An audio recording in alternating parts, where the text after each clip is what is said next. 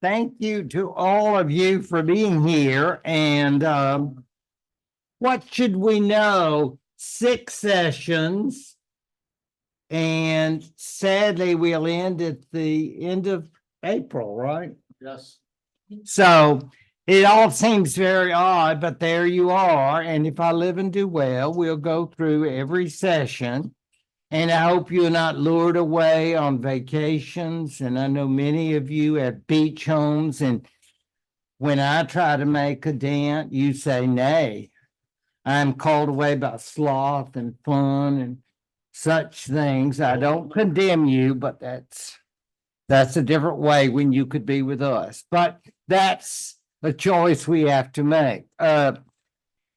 Again, here's our book. And if you have it or have even the later edition, as Marilyn does, and an example to us all, and I feel really bad. I'm going to try take it out of my Ollie funding. Yes, that I'll get a new one, but because this one I've got coffee on it, which is embarrassing. You see, but I'm not going to try to get the money out of you. Don't worry. Keep your pocketbooks, but you can see the coffee stains, can't you? Oh, I can see that. Yeah. We're gonna have a GoFundMe page for it. Oh, I like it. So yeah, that will be there. And the late Middle Ages. So we're starting about a very grim topic, but it does get better. As we go through the 14th and 15th centuries, we've got, and we're going to end on a real high note, the origins of the English Parliament. So we started thinking about Big Ben and the great buildings and the House of Lords and the House of Commons. And we say, oh, I'm so glad. Happiness. Well, not so much, but 14th and 15th centuries generally get a pretty bad rap. There's no doubt about it. I know it's like if you love Chaucer, you'll love this period. And many of you do. Maybe you have read it or you use the yellow and black. Yeah, I don't condemn you either. Censure you, yes, but not condemn you. But you understand, cliff notes or not, there's much that we can say before I get wound up on the Black Death. There's much we could say that was interesting about the 14th century. Like if I called out the year 1337, some people here would get very excited. Maybe not. The beginning of the 100 Years' War. So, I mean, you think, is that part of the Black Death? Well, no, that's obviously different. They're connected, obviously. But there are many other events. And of course, we're going to have Dante's life. And that's very, very important. And we're going to have all kinds of papal events, which can be very exciting. I hope, as we will see next week, you will appreciate it. And I bet many of you have been to Avignon, France. And if you haven't, you should. And I'm going to push that, not in a Chamber of Commerce way, but to encourage you to take that trip if you have the opportunity. In any event, as Frank pointed out, regardless of our COVID experiences, few of us can imagine what it would have been like to have gone through the plague/Black Death. Was there precedent for it? Well, those of you who have read Greek histories, particularly when we're talking about Thucydides, know something about his description of Athens. And we know also from Byzantine histories that during the 6th century, it went on during the reign of Justinian. Historians of, I guess you'd call them medicine and disease, of which I am not one, talk a lot about simply because these various diseases cause a lot of death doesn't mean they're the same thing. In other words, I suppose there are a host of diseases that have similar symptoms, perhaps. So it's difficult to say whether it's the same thing. Whatever it is, they're all awful. So it's not denying that, but it is noting that when we talk about, am I messing up again? Here you go. Oh, we are aware, of course, that it's hard to imagine the level of destruction. Now, get this. I always debated whether to bring this up or not, but I went and found the New York Times. Now, this is 2022, mind you. So we all know what was going on. So they have an article, and it's like setting, like journalists do, they're like setting up some point that we can then knock down. It's a point like more than half the population of the West was wiped out in the Black Death, true or false? And I'm thinking, well, of course not. But they just set that up and then they make the point. I get it. They need to sell newspapers. I appreciate that. But the fact is, no matter how bad it is, it's nothing like that. And I can't even imagine why they make assertions like that. The figure is closer. I mean, it's very bad, 1/4 to 1/3. I get that. But there tends to be a desire to make it as large as you can, I guess, to increase the horror. There's plenty of horror, don't you worry about that. But all of this is to say that cities like Florence, and we know about it from Boccaccio's Decameron, you may have had to read that rather than Chaucer, or maybe in addition, you decided to read both, and you are to be praised for your academic prowess. Yes. Dean Cater would be proud. Yes. But I mean, there are people like that who say, don't stop me. I can't. I'm insatiable when it comes to literature. Petrarch. Maybe you want to do it in English and Italian. I don't know. Some people just can't stop themselves. Obviously, the city populations were harder hit because the people are closer. There are many areas that aren't hit at all.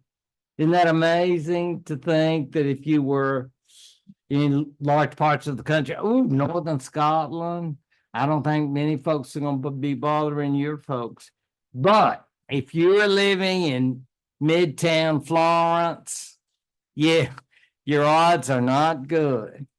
And there are many reasons for this, as we'll see in talking about the earlier part of the 14th century, because we are talking 1348, 49, and we are speaking before that of the century from hell.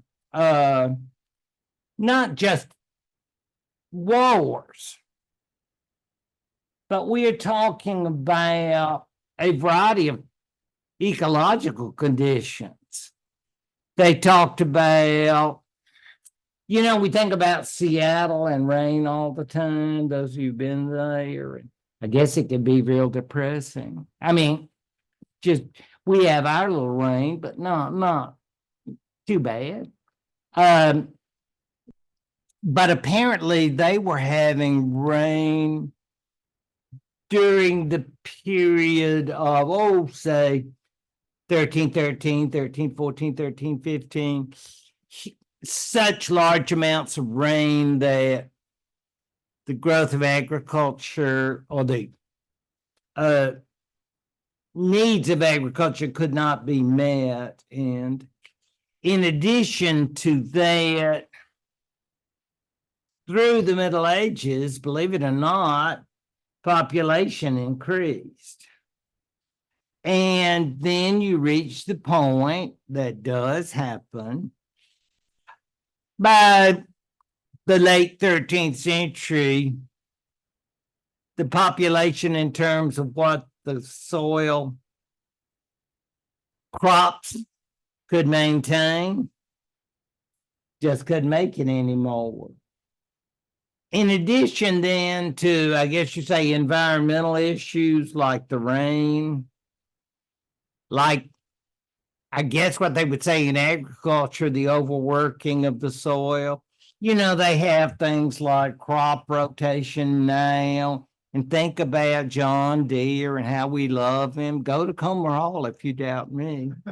I think you all will know what that means. But we understand it's great to be alive in the 21st century because in terms of the crops, in terms of the number of people, it is said that Mother Nature had a great way to solve the problem. And it's just wipe out all that population. And it was a population that would not reach the same level for centuries to come. Isn't that unbelievable? 16th century, maybe 17th. Because there would be recurrences of the Black Death. We hope that doesn't, that ghastly expression, history repeats itself, which makes people in history like their skin crawl because it doesn't repeat itself. But the idea that after the population grows of people who weren't around for the plague, then the plague will return. So that will be a decade or two later, and it will continue in cycles till at least the 17th century in England. And there was a case in France as late as the 18th. Now that's in terms of this particular cycle. Obviously, there have been examples of these same kinds of diseases later on, but it's just to be said in terms, as we're going to see, of what people were suffering from. And for example, and I'm getting a little far afield, when we talk about what happened, and some of you have heard about it because I don't cover this, London in the 17th century, reign of Charles II, I believe you know. And you think about it just spread through London, a plague, and then there was the Great London Fire. Yeah, and that really helps with the problem of the plague. I know, yeah. I mean, it's awful, but you can understand how these things work out. I mean, it's not a good thing. I'm just saying it does help with the problem because people are gone. I mean, all of them are lost in that London fire, and think about that. I mean, if you have a choice, would you rather die in a fire or die of disease? I don't know. I would not want to make that. Yeah, okay. Oh, none of the above, right? Okay, thank you, Frank. You help. So, all of this has to do with understanding you do not have a population in the 14th century, by the mid 14th century, who are not very healthy. I mean, I'm not thinking that they were healthy in much of the Middle Ages. It's not like everybody's running around and saying, gosh, I feel great. It's wonderful to live in the Middle Ages. Man, just working out and all of that. No. But the idea is, I guess, I mean, the theories are that people are, because of the conditions, little food, but there wasn't much to eat. And you think about famines today and all the populations, you're thinking about what condition are they in? Well, you see these terrible photographs of people in various parts of the world, or maybe even in this country. And you think, well, of course they're going to be malnourished and have all these health problems as a result. Well, that's always brought up as a cause here. Does that mean that malnutrition causes the plague? No, but I think it's a concern. And it's a concern as well that many people were probably not in good condition as a result of what we happily don't have to deal with, issues of sanitation and cleanliness. I mean, when you think about, I had a person in the class. You remember this, Frank? And he pointed out, I think this was his field, his study. He said, we can't imagine what the smells. And I mean, I love my tub. I mean, give me a bath, right? Give me scrubbing. Oh, yeah. And I don't mean this in a sensual way. I love cleanliness. I really, really do. But perhaps if I'd been brought up and I think that doesn't smell so bad, that's okay. Maybe I would I don't know. But that's not the case. So the result is not so much the smells, but it's what they represent. It's the dirt, the filth. And when we go to Kroger, we always make a stop and pick up our cleaning supplies. Oh, yeah. Because, I mean, that's important. No laissez-faire. No. Those were short supply 4 years ago, too. Oh, I know. But I stocked up beforehand. Yeah, because I'm not taking any chances. All of this is to say, folks, that if you want the right environment for this terrible disease to work, you got it. And that's by 1348-49. Just to cite it, but they always bring up these various factors. And again, it's always emphasized that you're not dealing with any utopia beforehand. That this is not like, I can't believe it. Everything was going so great. No, it wasn't. I mean, all the problems of that period, which have to do in part with the overly large population, malnutrition, and all the rest. Here I go. Oh, do I need to? Sorry. Oh, isn't that disgusting? Yeah. Found that one. I believe it was a theme, taking away bodies, as you can see. And of course, the rat. Don't think of Walt Disney and Mickey and Minnie. This is not it. I'm not a biologist, but even I know the difference between a cute little, This is not a cute one. But actually, what I was trying to say, but didn't say it well, was that there was the cause of the plague, the bacteria. And the bacteria was, in fact, born by fleas. And those of you who are pet people will know about fleas. I wonder if there are people who love fleas. I mean, like Creole. I know, man. I know that many people are fleaphobes. But you think they're fleophiles too? People who love fleas, maybe. Flea circus. Flea circus. Let's say that. There you go. Yeah. Maybe they're communities of fleas and, with different species of fish.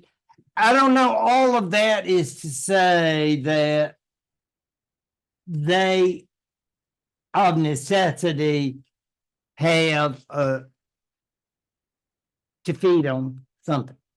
So the fleas, unfortunately for them, find themselves with this bacteria and their host. And they are very particular. Apparently, they're snooty about their rats. I know, isn't that something you would think any rat will do?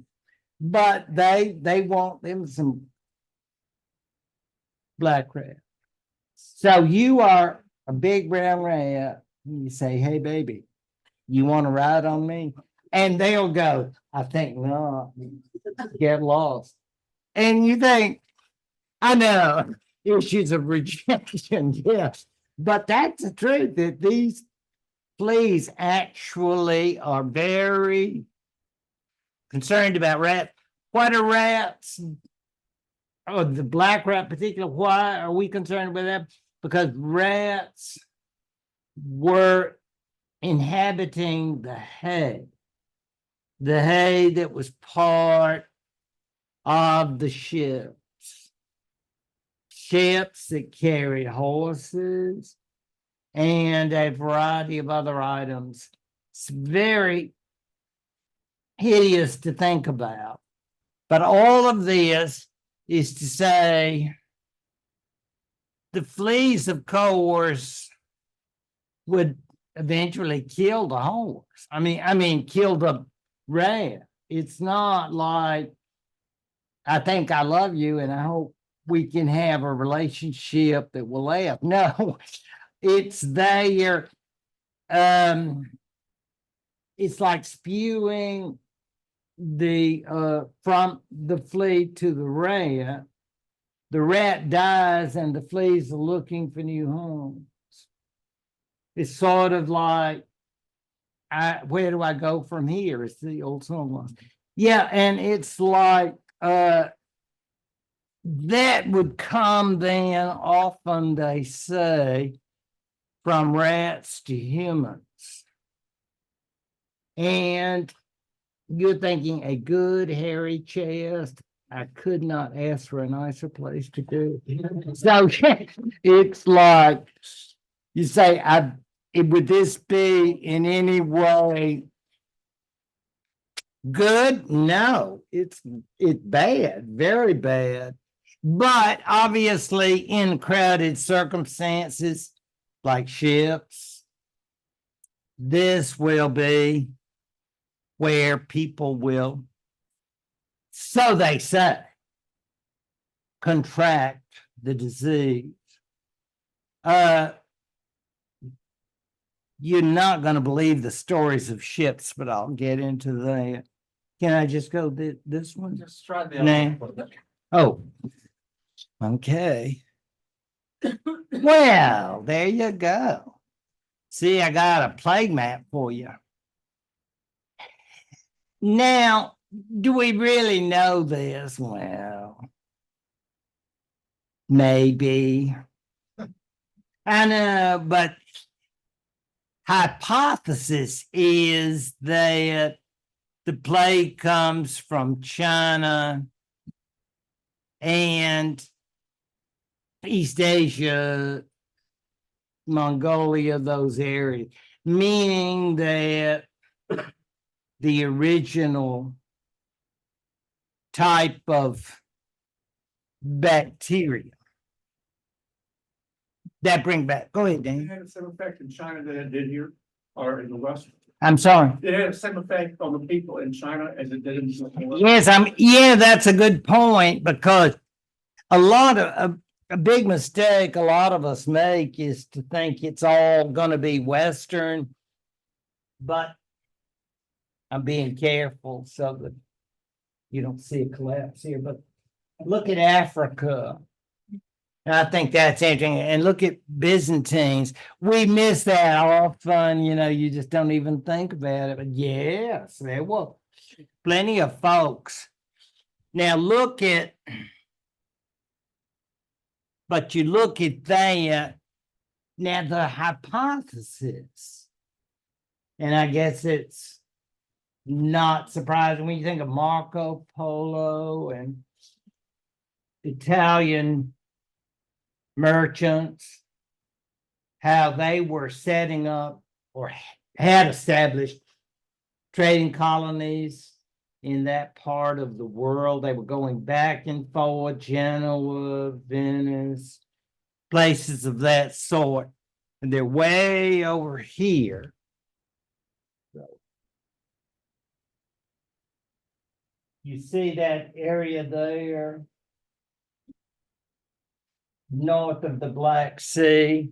So the theory is that those little fleas got on those ships and made it that way, the rats, and made it down where you see it, and then they land various places. And sometimes, I guess, people came off the ships, or maybe the rats did. Some way, no, I would not think the fleas came by themselves, but I assume they had an escort. But all of this is to say that they would stop at these places, and then you see the horrible way, and that's communicable disease for you, isn't it? And again, the reason I like the map so much is that you can see the various places. There's Sicily. Yeah, don't forget Sicily. And you can imagine, we talked last term about the significance of Sicily in terms of the commercial activities. And here we have east and west. So you can imagine, then you want to go, there's Marseille. You'll see that over in France. And then see Spain. Well, I mean, all of these areas look like, see, like yellow up there. You see, like, boy, if you're in the country, you're going to luck out in terms of this disease, but probably.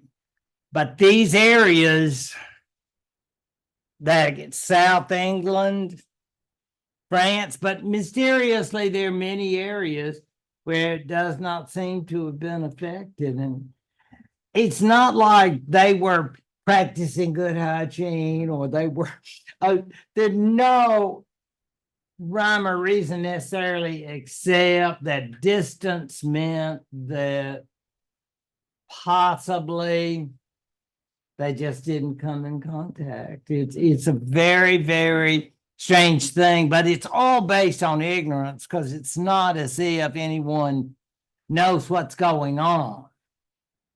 They all know it's very horrible, but and they can see all the consequences. And I guess the consequences are the most important part for us in terms of this particular class. the areas you see with lines mean that there were all kinds of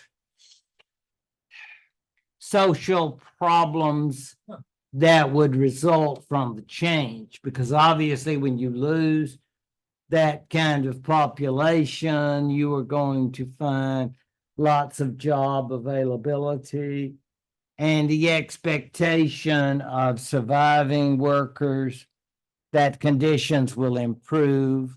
And when they don't, workers get unhappy. So all of this is to indicate, well, you see, and we'll talk about issues as far east as Germany and France, and of course, the famous Peasants' Revolt in England.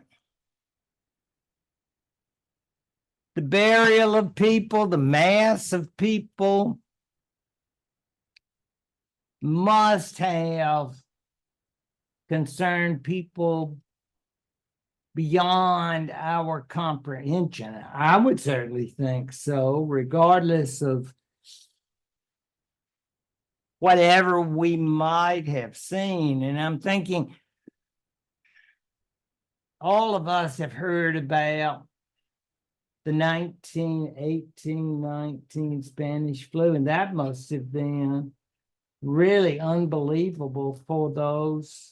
I had an aunt and uncle who died during that, leaving two small children. And I guess if one gets it, I'm just guessing, that it's possible that, but I'm thinking even that seems right. And that was very severe, and I think a lot more severe than our own experience, if I'm right. So that would be right at the end of the war, as you know. But I just can't imagine what it must have been like for the people who were of necessity totally unaware of what was going on.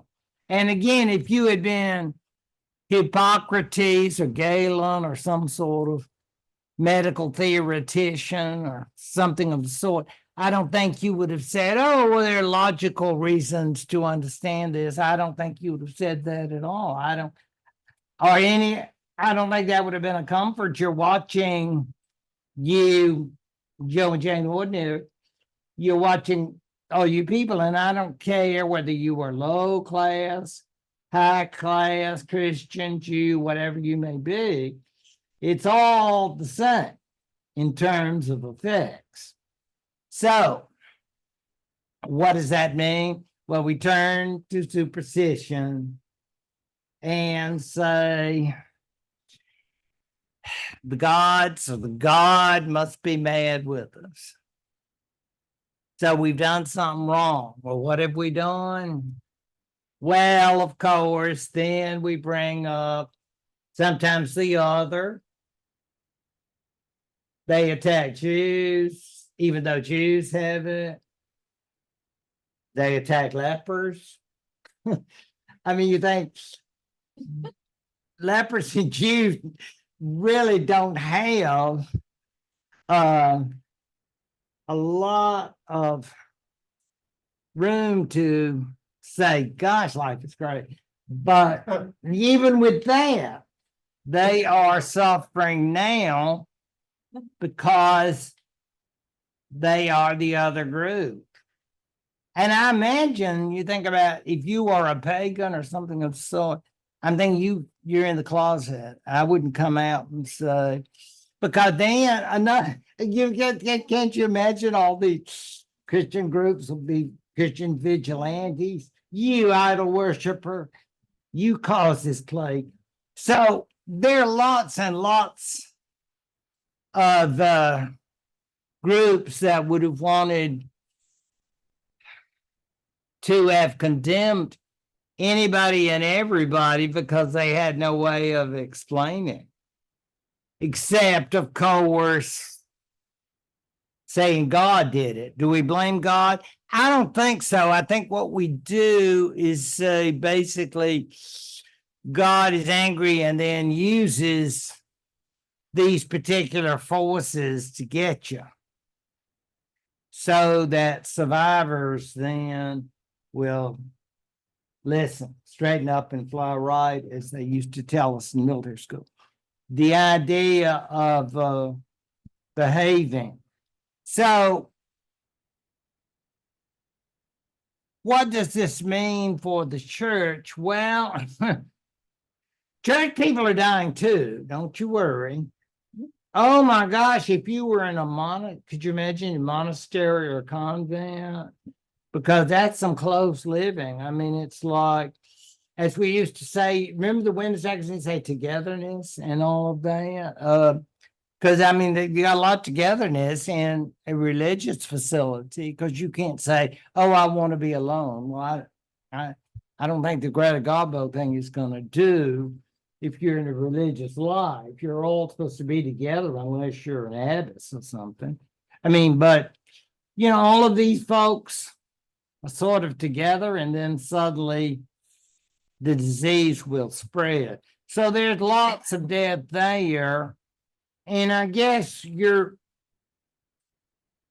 execs are beginning to ask themselves, this is not good PR wise. You're thinking about what are people going to think, ratemychurch.com. You're thinking, well, they're dying like we are. What's wrong with them?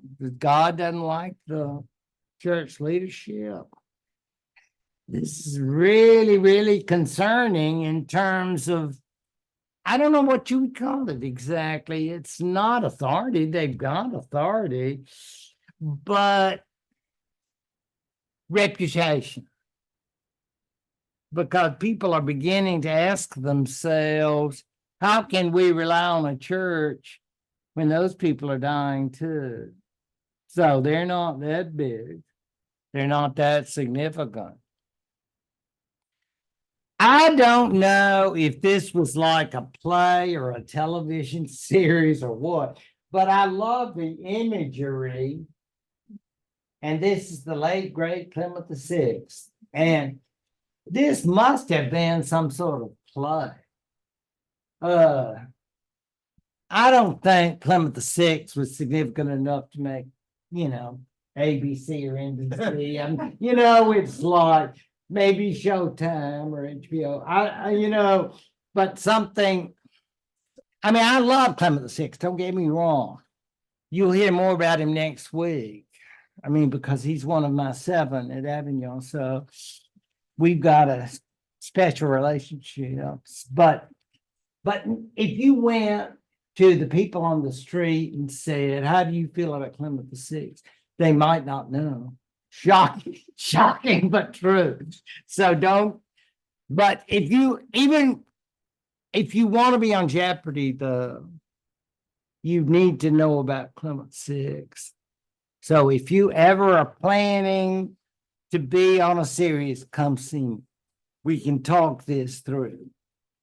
Clement VI was, in fact, he had been a French official, and he, how can I say this nicely, kissed up to the papacy. He had a nice living.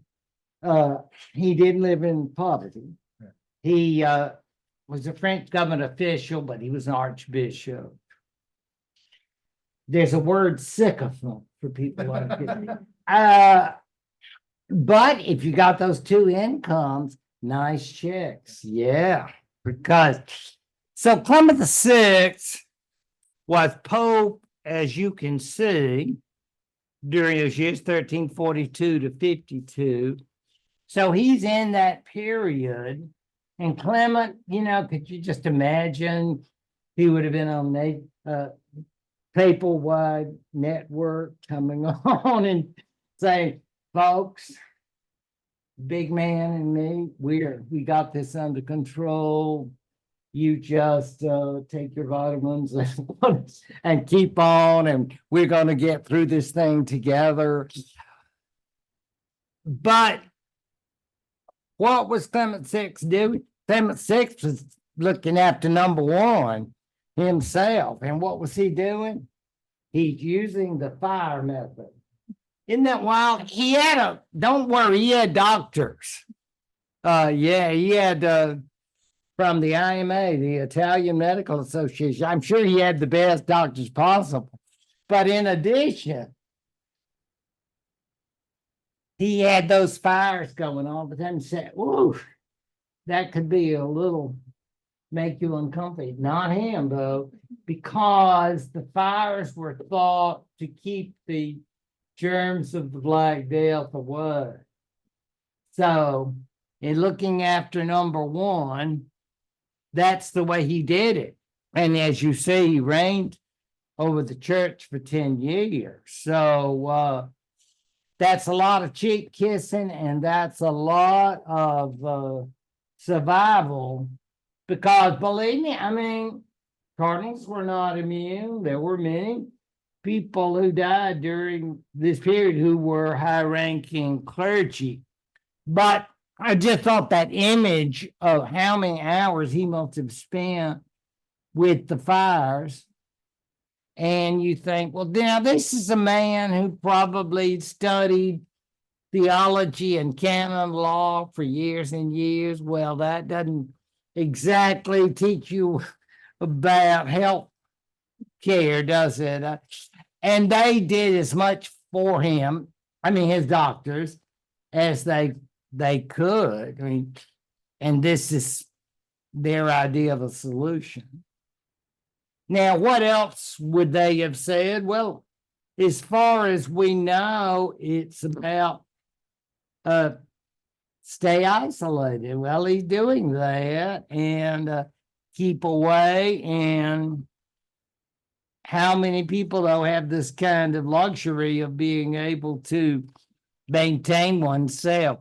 But I thought that was interesting, and maybe it was this particular illustration was not part of a movie or television series, but just put together so we could have that illustration. Because Did he get it eventually? no. It worked. Something did, I guess. It scared away the He rats. kissed the right. The rats don't like Wouldn't the it. fire scared the rats away? These are like- Not that they knew that, but is that maybe what happened? Oh, yeah, I mean, yeah. And fleas wouldn't like it. And by the way, fleas don't have to go from the rats to humans, because they have a lot of options. I mean, dogs or cats. Yeah, cats. They love all kinds of animals. They are not picky. You talk about all of the above. They don't like brown rats. Yeah, I mean, they're ratty exclusive, but there are other animals having, this is a nice skin.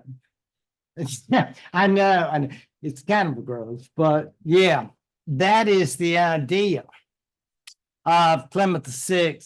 As far as I'm aware, I'm sure he had health problems, but as far as I'm aware, he did not have plague. And but again, how many people have the luxury of being able to sit by the fire? Yeah, because I guess if you're extra careful, cardinal or somebody could come in and say, "Sir, we have some excommunications we need to." Damn them, yeah, damn them. And you could, you do what you have to do, but keep that fire going. This is something I found, and I thought, well, this is so horrible, I can't resist. And I know, because I can say so much. Was there pictures better than 1,000 words? So this would show you outside the walls, and I'm thinking, could you imagine all of the people who may have been trying to get into the city and who might have died outside? And then the city officials are trying to, can you see the corpses? And so you're thinking as you look at the picture, it's not a good, just not a good situation because obviously the city folks aren't gonna let them in. That's why we got the walls. So they're out there and I guess they're just trying to bury them as fast as they can. A Christian burial. I'm not thinking they are completely aware of the sanitary effects. Maybe they are, but whatever outside cities would have been pretty horrible because the idea of trying to bury them in any kind of religious way, as can you imagine the piling up of so many people, young and old, male and female? It doesn't, I mean, it's totally random, have nothing to do. Go ahead. My daughter was doing the thing that young people do where they go to Europe and play around and call it educational. And she was in Vienna, so we went to visit her. And Yeah. we went to a castle, Wow. and the castle had a bunch of rooms of perfectly clean and maintained femurs, humeruses, long bones, basically stacked up very neatly like you might expect the Germans to do. And they were victims of the plague, but first they were they were criminals, and they made them do the jobs that were most likely to get the plague, like all the garbage around, help people with the plague go, shopping or whatever they might be doing. But it was pretty grotesque. Yeah, I'd say so. And then you start thinking about, oh, I want my spray, but my aerosol. Yeah, I know that. But I'm sure they were not as, those Germans, so they was, would you think they was nice as Sicilian? Probably not. I would think not. Yeah. They certainly knew that it was transmissible. And it was the first case they used it in biological warfare. Because they would have a trebuchet and load up people that had the plague and throw it into. Oh, yeah. This was done not only in Europe, by the Mm. 1400s. It was a practical thing. The Ottoman Turks were good at it, and they would just throw that. And then also in this country, it happened in Mexico. Hernan Cortez tried to set up a trebuchet to throw plague people, dead people into his attack on the Aztecs. 16th It century. didn't work because they couldn't build the trebuchet. Mm. But they certainly were aware that it was transmission and it was used in warfare. So that's the first case of, biological warfare. Yeah, I mean, there wasn't a lot of respect for humanity No. and our person, but that is to make you aware of the burial sites, which are most unpleasant, obviously. But again, they were thinking about who is going to survive. The photograph you see will show examples of what's called a bubonic plague after the term buboes. I know, which has to do with those terrible growths which you see on the people. It was said they were large, foul smelling, and if the person who had them, if you had bubonic, and they had known to lance them, I know, that's pretty gross. That's why I didn't major in biology.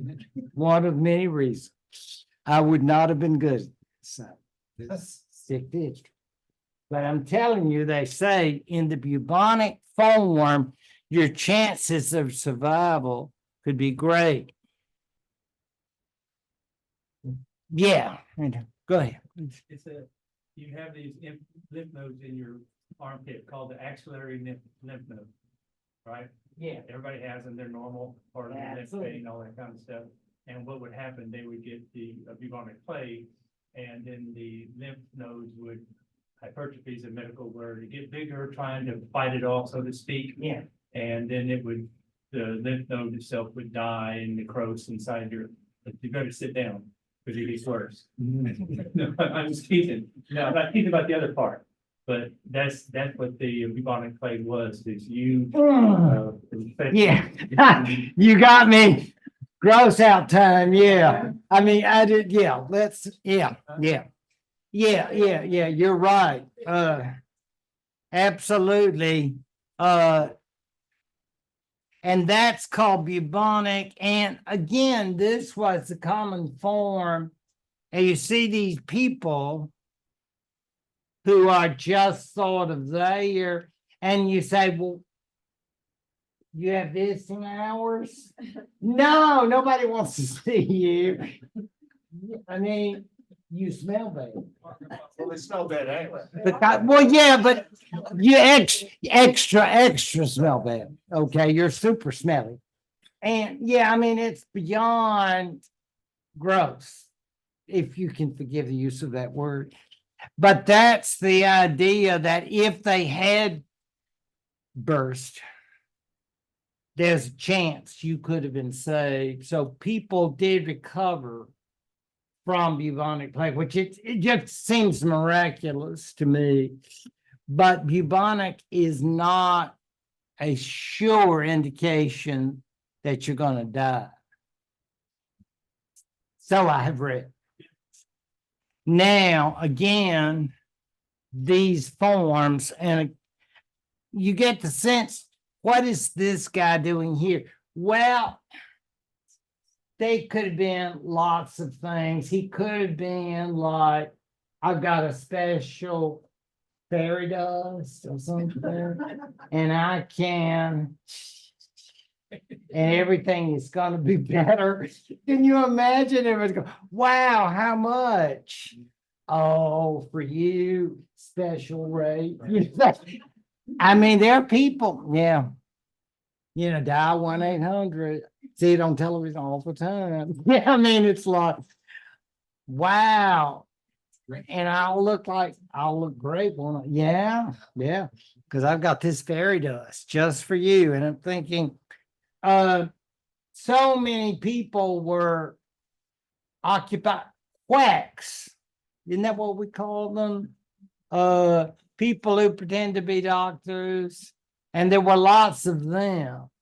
Not that doctors knew. And like, again, I'm not thinking you're SMA, Sicilian Medical Association. I'm thinking like, but I mean, it's like nobody really knew, but you all can't say, I'm really an authority here, so I can help.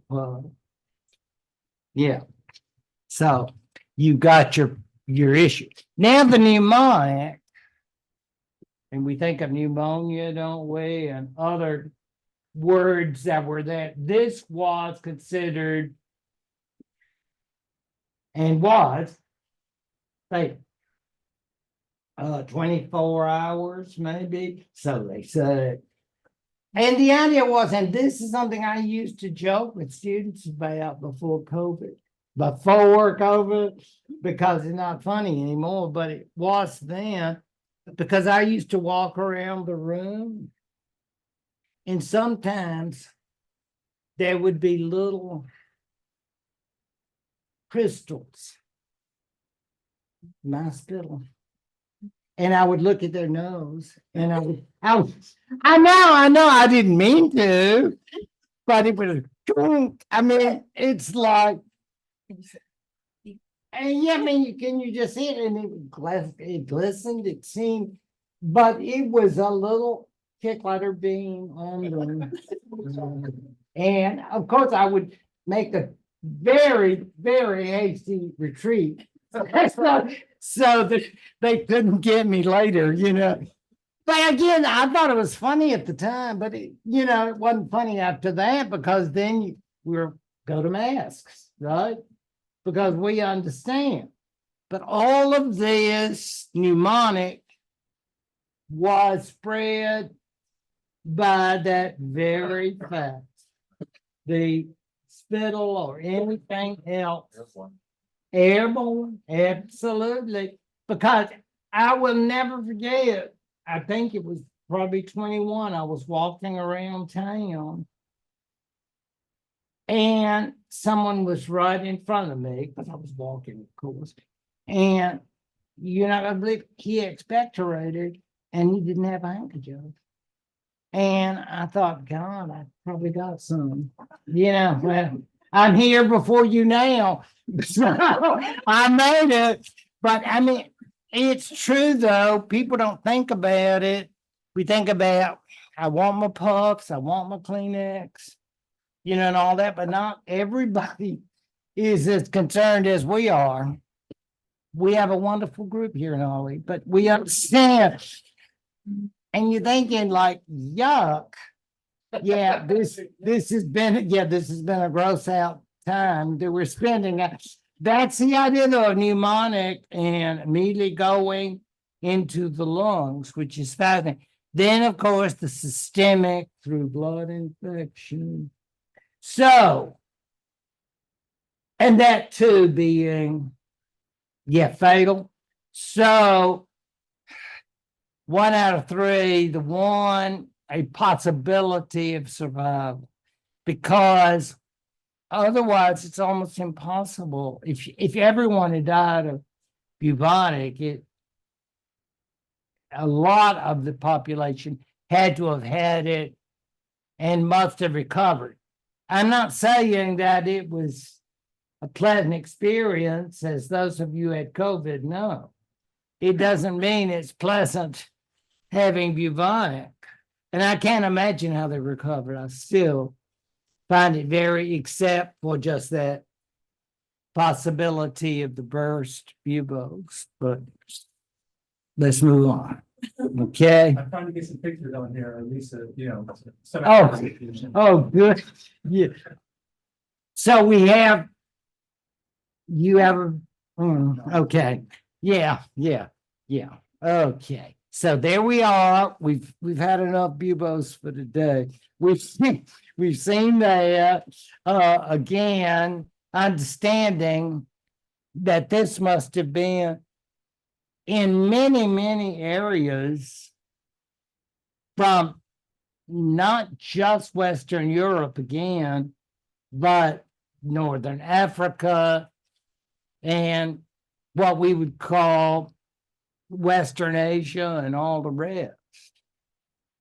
This one I found interesting, even though it comes from the 17th century, because this is a portrayal of the doctor. Now you look at him and you see him with his rod. What's he doing? Well, I think the idea is beating all people who might get in his way and say, my bubos is bothering me. No alliteration. I'm sorry. But, and look at that face. And you have to look really close. I kept looking at things, a dove or something. But in fact, it is a covering to protect him from the plague. Yeah, they are. Mhm. And so, see the shoes, and you see, in other words, how he was going, look at those fingers. And, but again, don't mess with me, because I'm, from the IMA, Italian Medical Association, and, and I don't want to, you people, you got to stay at the waiting room before your term comes. We all know about that. So you wait your turn. And if you try to get too close to me. So I found that very interesting because it's hardly Dr. Welby for those of us at a certain age or Dr. Kildare. It just seems that he's a little, but I guess if you want to preserve yourself, you have to be somewhat harsh. But this is from 17th century German. But I'm still thinking it gives us the imagery of how people felt about themselves at that particular time in terms of medical knowledge. Not that, of course, doctors weren't dying too. Again, it's not like there's some exempt population because as far as I'm aware, that would be true of COVID. Now, how are we going to get original sources? Well, obviously they're going to come from no Cliff Notes, because you won't find them in Cliff Notes. See, you'll feel cheated if you try to. No, that's a no-no. Yeah, big time. You've got to get the unexpurgated edition of the Decameron available to you on Amazon, new or used. And yes, sure. The Decameron, clearly meaning 10th, is one of those works which, if you've read the Canterbury Tales, this will make you even hungrier. Okay? So try to control yourself until after class. But seriously, I think you would really enjoy it. This work, which was, of course, originally done in Italian, was a combination of old medieval stories, sometimes of the lady who had a special guest, traveling salesman, whatever. And they were trying, in essence, just funny stories. But of course, as with the Canterbury Tales, they are trying to come up with a premise for all of it. Why are they telling each other stories? And in this case, because you remember that in Canterbury, some of you, please. Yes. Will understand that in this case, they're in Florence, they're young people, and so as the conditions in Florence worsen, somebody says, well, why don't we go out of town? Suburbia. It's like some nice place where one of us, our family has the house, Lake Martin, something like that, and we can hang out. You say, well, what about all the folks? Shouldn't we be trying to help? No, we should try to save ourselves. And you say, since we don't have phones and we don't have TV, we can tell each other stories. So you say, really? Yeah, and you're going to say this is kind of pre-Chaucerian, but it's 14th century. Why we care about it, other than trying to encourage you to read this as part of your literary heritage. I'm not trying to shame you, but I'm just saying it would be a great thing for you to do. It's penance. The camera is fun though. The idea, as you can tell here, is amazing in terms of what it says about the actual symptoms of the plague. Banned from entering the city. Well, that's pretty clear. There are no like centers you can go to. Yeah, get your shots. I mean, be glad you're in the 21st century. That's all I can tell you. Just as useless were the humble supplications to God. I mean, Boccaccio was a good Catholic. It's not that he's doubting, but it's like he's saying it didn't make a difference. Given not one time, but many times in anointed processions, neither the advice of physicians nor the power of medicine appeared to have any value. But what gave this pestilence, and that's another term that was often used, particularly severe force, that whenever the disease mixed with healthy people, like a fire through dry grass or oil, it would rush upon the healthy. How true is it? It's as far as scholars are going to say as true as he could know, doesn't mean it always happens. I mean, everybody who comes in contact with those who have it are going to die, but it means that your chances are vastly increased. And that was Florence, and we do have that example, and it becomes a major source. There's a major source from England by a monk by the name of Henry Knighton, who describes it. And we wish we had more, because you would have other examples, maybe not as great as Thucydides, but but at least they tell us what it would have been like. Meanwhile, all these young people have gotten out of town and they're living the high life in their community, their little special community. Presumably they had servants, and all of that. But that's the idea, the premise for the Boccaccio's Decameron. So, but I don't want you just to read the first part and then stop. Okay, that's just to get you going. And then you're not going to want to put it down. Okay, it will not be on the exam, but I still think if you will very wise, you will go over this. What else can we do? How about a good beating? I am anti-pain. I really am.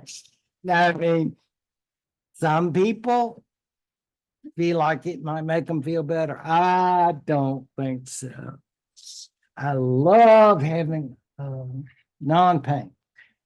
What goes on here is something that monks had been doing for centuries, especially Celtic, Irish monks. Flagellation was considered a good disciplinary activity. Sometimes people talk about this in terms of everybody's been bad, and so this will get it out of you. And and maybe you will feel like you're a better person as a result of a good beating. I'll say I'm anti-violence. So I'm not, if you say you want to do some flagellation, I'll say no. How it comes about in terms of this is really odd. The area that we know, the Rhineland, that particular area, it was very popular, and then it spread because they thought literally getting the hell beat out of you was somehow going to make you better off in terms of your spiritual nature. But I'll bet you some of those flagellants were dying just like everybody else. But I guess maybe it just made you feel better. I mean, wouldn't me, but yeah. In the Catholic liturgy, there's a lot of About flagellation. Yeah, Yeah. about, what's the proper way to put it? And not imitate, but to try to live a life like Christ, who is God, but Yes. still allowed the beatings and suffering and carried across and this and that and the other. Totally. So maybe that's, Oh, I'm sure. I mean, you're absolutely right. I mean, it's just in this particular thing, they're taking it, the old song, taking it to the streets. I mean, because these flagellants, they're not like, oh, we'll be back later. And then that we've got something we need to do and just got gonna beat them. But that's not the case. These people are, can you see it? They are basically going around in groups. And I used to describe it almost like a circus performance that you go around and people doing these flagellations are like attracting others and sort of like maybe you'd like to join. I mean, it's like a rush activity or something like that. I mean, it's like if you were in that and you think, gosh, this is great. I guess they are feeling better.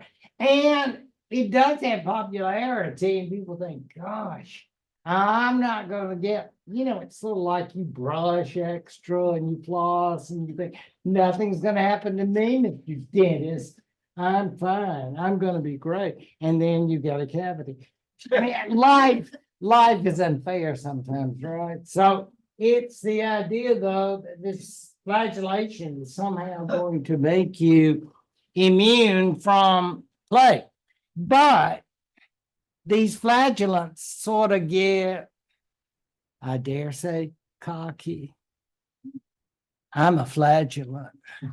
I bet you, oh, that hurts. And yet it's good because I'm better than you. I bet you don't flagellate. And you say, no, I haven't gone that far. Well, I'm on a special holy, not to brag, because that's a sin. But, and you think, look at them. And you're thinking, what does it mean when you're a flagellant? Well, it means you probably, that could be hurtful, but it also means other people, you sort of look things on, you say, well, you don't beat each other. What's your problem? That's the way folks are. So that means, in effect, we tend to say, you seem like a nice person, but you could have a lot of improvement. You need to start flagellating. It's like you join the club, Now, seriously, it appears that the flagellants began to get ratemychurch.com, and then they say, here I'm beating myself, and beating my friends, and we're all beaters, and we are, and look at you, you're just sitting around leading the good life. You're going to hell with a capital H. So all of this means that the authorities decided goodbye flagellants. So they were abolished. I mean, I always wonder what it means to abolish them. I guess y'all don't show yourselves in public anymore. Because I mean, it's not like freedom of speech, man. I want to get out and take it to the streets.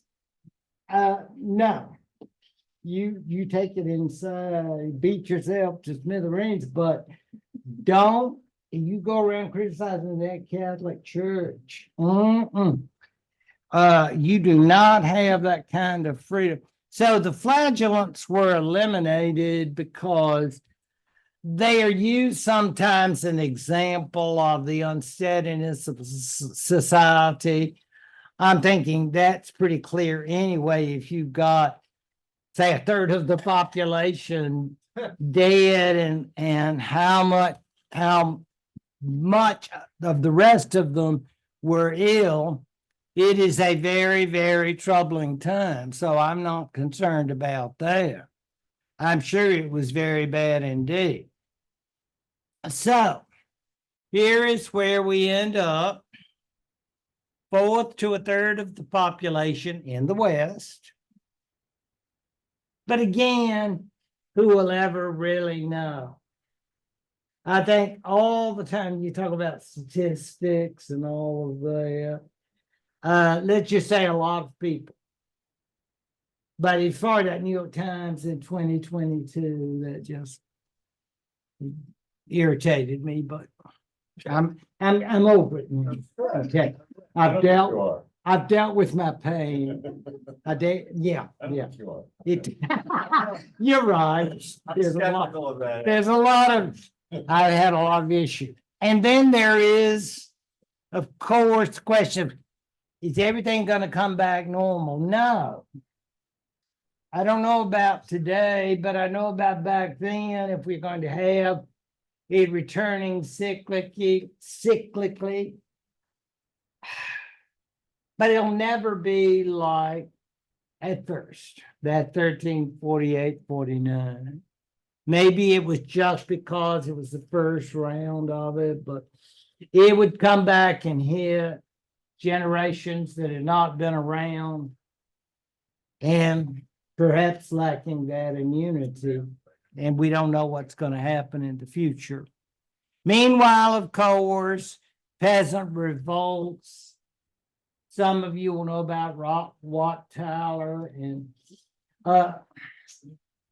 select peasants who make it in the history books, because we don't know a lot of them by name. But the idea of why do we know them? It's because, of course, I'm a survivor and life ought to be getting better. And instead, it is getting more and more difficult. So the peasants' revolt that will occur later 14th century. That means it's getting you excited about Richard II, because he's going to come up. You remember him from Shakespeare. Yeah. And then finally, of course, the growth of population. Can you imagine all those centuries that it will take? Perhaps the 17th, even 18th, before the population of Europe will reach the level that it had been up through the 13th century. To get to the extent that we would consider to be quote unquote modern, we'll have to have industrialization and the means finally, thank you, John Deere, of agricultural production that people can survive, because up until that point, they do not have those means. So it will have, as you can imagine, this plague, great consequences for the future. Now, those of you who know me would know that when you bring up popes, I get excited. You just say that word papacy and I'm titillated. So that will be the subject next time. And think about your wine and Avignon and the Rhone River. And that will be a good start for the future. Thank you all for coming. And thank you on Zoom. Don't forget Fritz Haber either. Excuse me. Oh, yeah. Good news. John Deere's nothing without Fritz Haber.